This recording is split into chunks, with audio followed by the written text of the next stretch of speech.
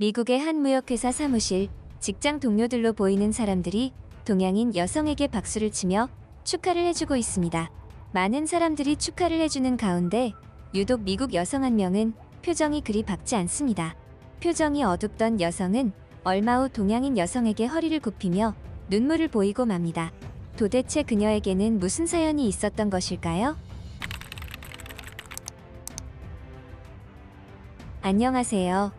저는 미국에서 남편 없이 혼자서 중학생 아들을 키우는 학부모이자 엄마입니다.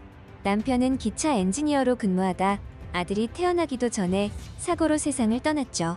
이때부터 저는 먹고 사는 생존의 문제 때문에 쉴 새 없이 일에만 매달리기 시작했습니다. 그렇게 해야만 내가 사랑하는 아들을 지켜줄 수 있다고 믿었기 때문입니다. 그렇게 일에만 몰두했음에도 처음에는 경제적, 정신적으로 몹시 힘들었습니다. 어느덧 저는 회사에서 자리를 잡아가고 있었고 저의 아들은 벌써 중학생 나이가 되었죠. 근데 얼마 전 저는 저의 아들 때문에 큰 충격에 빠졌습니다. 그저 착하고 말 잘 듣는 아이로만 생각했던 아들의 가방에 담배가 있더라고요. 이제 중학생인 소년의 가방에서 말이죠. 저는 처음에 제 눈을 의심했지만 이건 확실히 제 아들의 가방에서 나온 물건이 맞았습니다. 이 문제 때문에 고민이 깊던 어느 날이었습니다. 회사에서는 소소하게 축하 파티가 열리고 있었죠.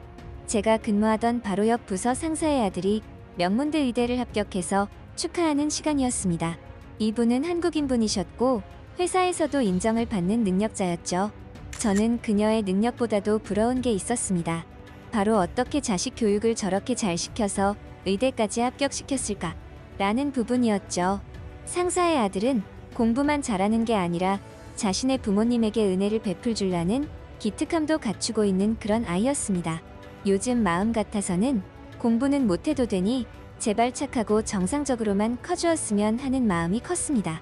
제 아들이 요즘 방황하는 이유가 혹시 나 때문은 아닐까? 내가 아이 교육을 제대로 시키고 있지 못하다는 느낌이 강하게 들었습니다. 심지어 죄책감마저 드는 지경이었죠. 저도 옆 부서 상사처럼 자식 교육을 잘 시켜서 아들을 반듯하게 잘 키우고 싶었습니다. 들리는 소문에 저 한국인 상사는 원래부터 집이 부유했다고 들었습니다. 저렇게 부유한 집안에서 아쉬운 것 없이 사랑받고 자란 아들과 아버지 없이 여자 혼자 키운 아들을 비교한다는 게 공평하지 않다는 생각이 들었죠. 돈이 많은 집안은 가정 불화가 없을 것이고 금전적인 지원도 부족함이 없을 텐데 어쩌면 차이가 날 수밖에 없는 것 아닐까 하는 자기 합리화를 했습니다. 그럼에도 혹시나 하는 마음에 한국인 상사를 찾아가 아들의 교육 문제에 대한 상담을 하게 되었습니다. 어떻게 그렇게 아들을 훌륭하게 잘 키울 수 있었는지에 대해 물어봤죠. 한국인 상사와 대화를 하면서 저는 뜻밖의 정보에 놀랬고 나와는 다르다는 이질감에서 동질감을 가지게 되었으며 그 감정은 이내 동경으로 변했습니다. 카밀라 씨 아들도 벌써 중학생이 되었군요. 자녀를 혼자서 키운다는 게 정말 어려운 일이죠. 저도 아들이 성인이 될 때까지 혼자서 키우다 보니 누구보다 잘 알지요. 남자 아이들은 특히 그 나이가 되면 호기심이 왕성해집니다. 한국에서는 그 나이대를 사춘기, 질풍노도의 시기라고 부르기도 합니다. 이것은 어른도 어린이도 아닌 중간쯤에 있는 시기라는 뜻이지요. 이 시기에 아이들은 주변인이나 상황들, 여러 가지 측면에서 마주하게 되는 좌절과 불만이 극단적인 사고와 감정으로 표출되기 때문에 아주 예민한 상태예요. 이때는 부모가 너무 심하게 간섭하려고 하면 안 됩니다. 긍정적이고 좋은 주변 환경을 자연스럽게 조성해주는 것이 중요해요. 부잣집에서 태어나 부족한 것 없이 자라서 아이도 힘들지 않게 키웠을 것 같았던 한국인 상사는 알고 보니 저와 비슷한 상황에서 힘들게 아이를 교육시키고 키웠다는 것을 알게 되었습니다. 상사의 말에는 논리가 있었고 제가 듣기에도 신빙성이 있는 말이었습니다. 저는 속는 셈치고 상사에게 들은 말대로 아들을 교육시켜 보기로 했습니다. 그렇게 마음을 먹은 그날 아들은 집을 들어오지 않았고 외박을 했습니다. 음주를 하고 흡연을 하는 불량 친구들과 어울리며 전화도 받지 않았죠. 저는 화가 치밀어 올랐습니다. 제가 너무 오랜 시간 아들을 방치하는 바람에 되돌릴 수 없는 지경에 이른 것은 아닐까 걱정이었습니다. 흡연에 음주까지 하는 불량스러운 친구들과 함께 외박까지 하는 아들에게는 어쩌면 엄마인 저보다 아빠의 역할이 더 필요한 것은 아닐까 생각했죠. 다음날 늦게 아들이 집으로 들어왔고 저는 이날 처음으로 아들에게 손찌검을 했습니다. 아들을 혼쭐을 내주고 나니 오히려 제 마음이 더 불편해졌습니다. 사실 미국에서는 부모라고 해서 자식에게 손찌검을 하게 되면 경찰에 잡혀갈 수도 있습니다. 실제로 미국에서는 손찌검을 당한 자녀가 경찰에 신고를 해서 부모가 잡혀가는 일도 있었죠. 이날 이후로 아들은 더욱 나에게 마음의 문을 닫은 느낌이 들었습니다. 저와는 말조차 섞으려고 하지 않았죠. 회사에서 한국인 상사에게 들은 조언대로 하지 못한 스스로가 한심했습니다. 결국 아들이 저렇게 방황하는 건 모두 제 탓인 것만 같았습니다. 이대로는 정말이지 아들과 남보다 못한 사이가 될까봐 겁이 났습니다.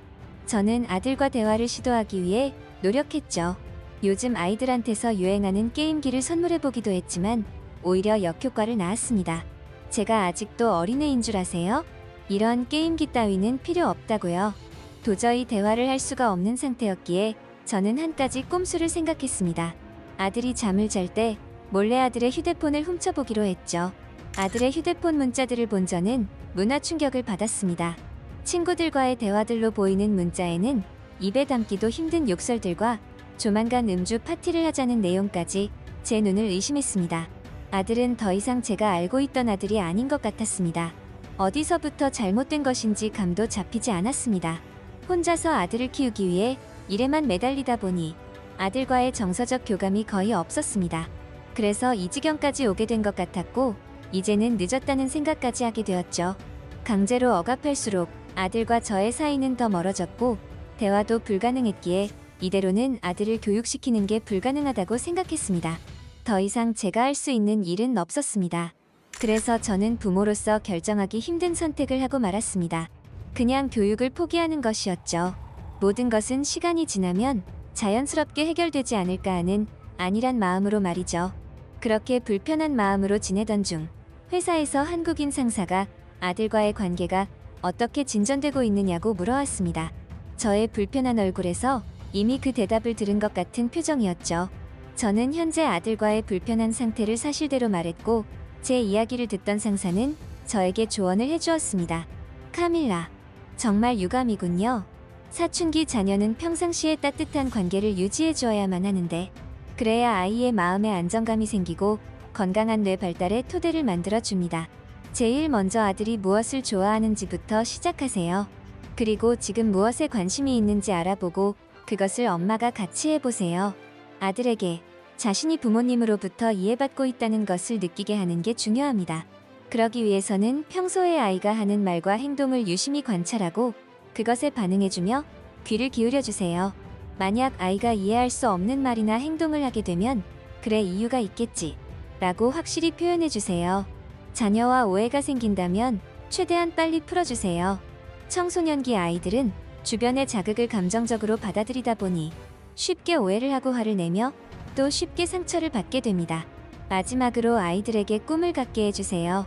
아이가 원하는 것이 무엇인지, 아이의 적성이 무엇인지 파악하고 미래를 꿈꿀 수 있도록 도와주는 게 중요합니다. 이런 내적 동기부여는 스트레스와 정서적인 문제를 견딜 수 있는 힘이 되지요. 저는 상사의 조언에 머리를 한 대 얻어맞은 듯 어지러운 느낌을 받았습니다. 한국인 상사는 아이를 대충 키우는 게 아니라 아주 전략적으로 계획하고 생각하면서 키웠다는 느낌을 받았습니다. 그녀의 아들이 명문대 의대에 입학한 것도 우연이 아니었던 것이죠. 그녀의 아들이 공부만 잘하는 아이가 아니라 올바른 인성을 갖추고 있는 것도 이런 교육 마인드 때문이 아닐까 생각했습니다. 저는 이날 이후로 한국인 상사의 말을 새겨듣고 아들이 좋아하는 것부터 원하는 것 등을 알아내고 친해지기 위해 노력을 했습니다. 처음에는 반응이 없던 아들이 점점 저에게 마음을 여는 것이 보였죠. 자연스럽게 아들과 친해지고 정서적인 교류를 시작하자 아들은 불량스러운 친구들을 서서히 멀리하기 시작했고 어느새 마음을 잡고 공부를 하기 시작했습니다. 한국인 상사의 전략적인 자녀 교육이 저의 아들에게도 통하는 걸 눈으로 확인하자 저는 확신을 가졌습니다. 그리고 진심을 다해 아들의 교육에 신경 썼습니다. 결국 저의 아들은 동네에서도 인성이 바른 청년으로 소문까지 날 정도로 바르게 잘 자라주었습니다. 게다가 최근에는 로스쿨에 입학하여 변호사를 준비 중이죠.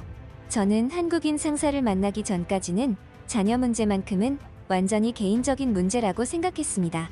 그런데 뜻밖에도 한국인 상사의 도움을 받아 자녀 교육 문제를 해결하게 된 것이죠.